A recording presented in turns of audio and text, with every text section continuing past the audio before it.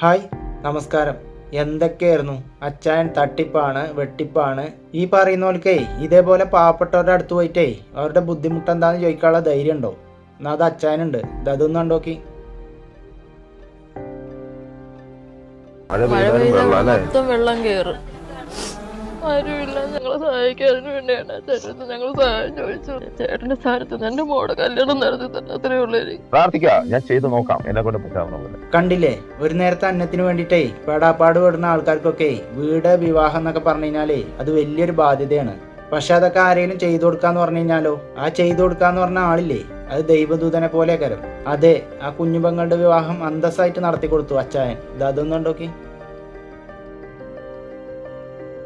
കുറച്ച് പണിതരം മേസ്തിരി പറ്റിച്ചിട്ട് പോയ വീടാണ്. ഈ വീട് കംപ്ലീറ്റ് ചെയ്ത് ഞാൻ കൊടുത്തു. നല്ലൊരു വീട്ടിൽ നിന്ന് മോളെ ഇറക്കണമെന്ന് എനിക്കൊരു ആഗ്രഹം ഉണ്ടായിരുന്നു. ഏതായാലും ഒരു ചേട്ടന്റെ സ്ഥാനത്ത് വെച്ച് എനിക്കത് സാധിച്ചു. ഞാൻ തന്നെ പറഞ്ഞല്ലേ, ആർക്കും എന്നെ കുറ്റം പറഞ്ഞാൽ പരിഹസിച്ചാൽ ആ കൊച്ചിന്റെ ജീവിതത്തിൽ ഏറ്റവും വലിയ സ്വപ്നമായ കല്യാണം നടത്താൻ നമ്മൾ പോവുകയാണ് ഒരു ചേട്ടന്റെ സ്ഥാനം.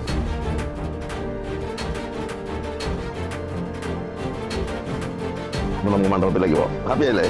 ഓക്കെ. എല്ലാവർക്കും ഇഷ്ടപ്പെട്ടു.